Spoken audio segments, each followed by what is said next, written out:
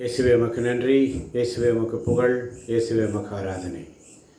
மரியே நீ வாழ்க. ஹல்லேலூயா, ஹல்லேலூயா, ஹல்லேலூயா. ஒவ்வொரு நாளும் ஒரு பாடல் என்ற நிகழ்ச்சிக்கு உங்கள் ஒவ்வொருவரையும் சந்திப்பதில் மிகுந்த மனமகிழ்ச்சி அடைகிறேன். வாருங்கள் ஆராதிப்போம். இந்த நாளில் சிந்தனைக்கு நிறைவான ஆவியானவர் வரும்போது குறைவுகள் மாறுமே என்ற பாடல்.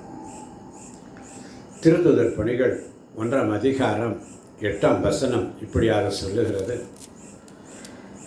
தூய ஆவியானவர் உங்களிடம் வரும் பொழுது நீங்கள் கடவுளுடைய வல்லமையை பெற்று உலகின் கடையெல்லை வரைக்கும் எனக்கு சாட்சிகளாக இருப்பீர்கள் என்று சொல்லி ஆண்டவராகிய இயேசு கிறிஸ்து தம் சீடர்களை பார்த்து கூறுகின்ற பொன் வார்த்தைகள். அவருடைய வார்த்தைகள் உயிருள்ளவை, ஆற்றல் வாய்ந்தது, இருபக்கம் கருக்குள்ள பட்டயம். வாருங்கள், தூய ஆவியின் கனிகளை பெற்றுக்கொள்ள நாம் ஆண்டவரிடத்திலே மன்றாடுவோம். நிறைவான ஆவியானவரே, நீர் வரும்போது குறைவுகள் மாறுமே. நீர் வந்தால் சூழ்நிலை மாறுமே. முடியாததோ சாத்தியமாகுமே.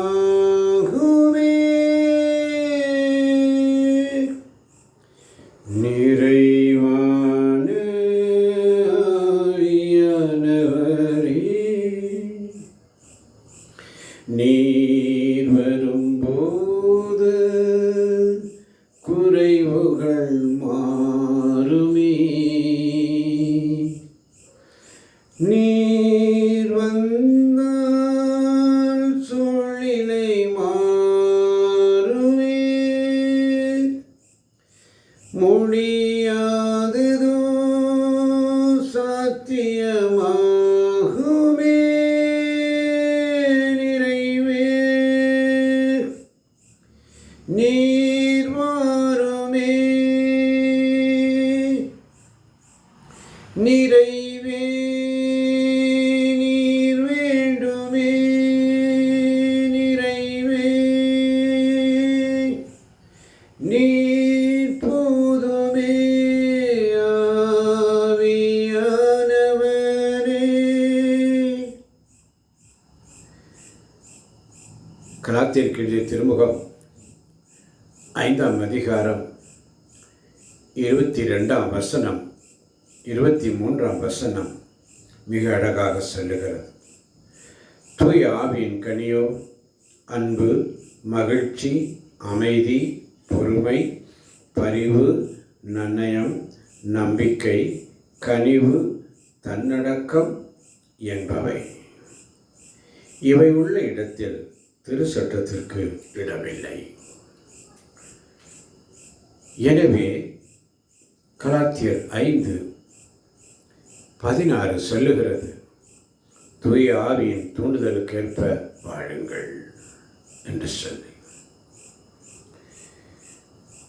வனாந்திரம் வயல்வெளியாகுமே, பாழானதும் பயிர் நிலமாகுமே. நீர் வந்தால் சூழ்நிலை மாறுமே. முடியாததோ சாத்தியமாகுமே. நிறைவே நீர் வாருமே. நிறைவே நீர் வேண்டுமே. நிறைவே நீர் போதுமே. ஆவியானவரே.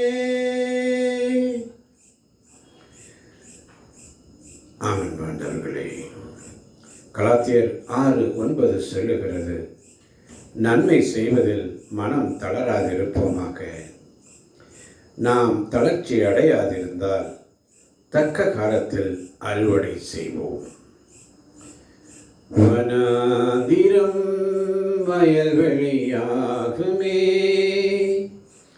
பாழானதும் பயிர் நிலமாகுமே. நன்மை செய்வதில் மனம் தளராதிருப்போமாக. நாம் தளர்ச்சி அடையாதிருந்தால் தக்க காலத்தில் அறுவடை செய்வோம். ஆகையால் இன்னும் காலம் இருக்கும் பொழுதே எல்லாருக்கும் சிறப்பாக நம்பிக்கை கொண்டோரின் குடும்பத்தினருக்கு நன்மை செய்ய முன் வருவோம். ஆமன் வாழ்ந்தவர்களே.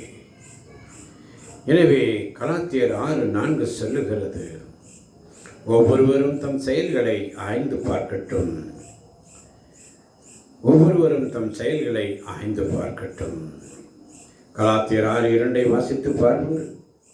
ஒருவர் மற்றவருடைய சுமைகளை தாங்கிக் கொள்ளுங்கள், இவ்வாறு கிறிஸ்துவின் சட்டத்தை நிறைவேற்றுவீர்கள். பலவீனம் பலனாய் மாறுமே, சுகவீனம் சுகமாய் மாறுமே. நீர் வந்தால் சூழ்நிலை மாறுமே, முடியாததோ சாத்தியமாகுமே. நிறைவே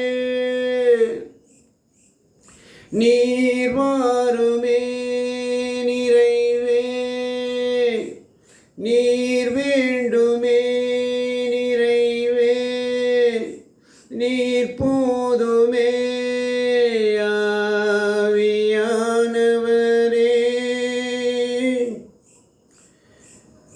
கலாத்தியர் 5:25 வாசித்து பாருங்கள். தூய ஆவியின் துணையால் நாம் வாழ்கிறோம். எனவே அந்த ஆவி காட்டும் நெறியிலேயே நடக்க முயலுவோம். வீண் பெருமையை தேடாமலும் ஒருவருக்கொருவர் எரிச்சல் ஊட்டாமலும் ஒருவர் மீது ஒருவர் பொறாமைப்படாமலும் இருப்போமாக.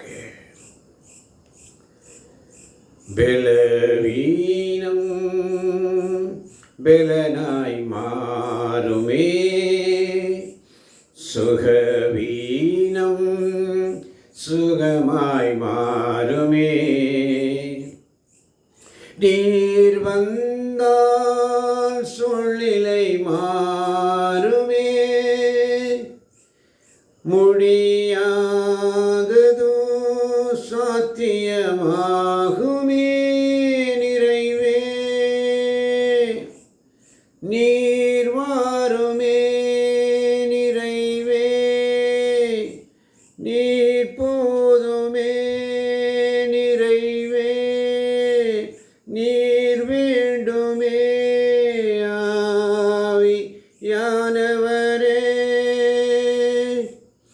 நிறைவான ஆவியானவரே, நீர் வரும்போது குறைவுகள் மாறுமே. நீர் வந்தால் சூழ்நிலை மாறுமே, முடியாததோ சாத்தியமாகுமே. நிறைவே நீர் மாறுமே, நிறைவே நீர் வேண்டுமே. நிறைவே நீர் போதுமே. ஆவியானவரே. ஹல்லேலூயா. நன்றி அப்பா, நன்றியோடு சுதிக்கிறோம். இதை கேட்கின்ற ஒவ்வொரு பிள்ளைகளையும் ஆசீர்வதியும் பலப்படுத்தும். இயேசுவின் நாமத்தில் பிதாவே. ஆமேன், ஆமேன், ஆமேன்.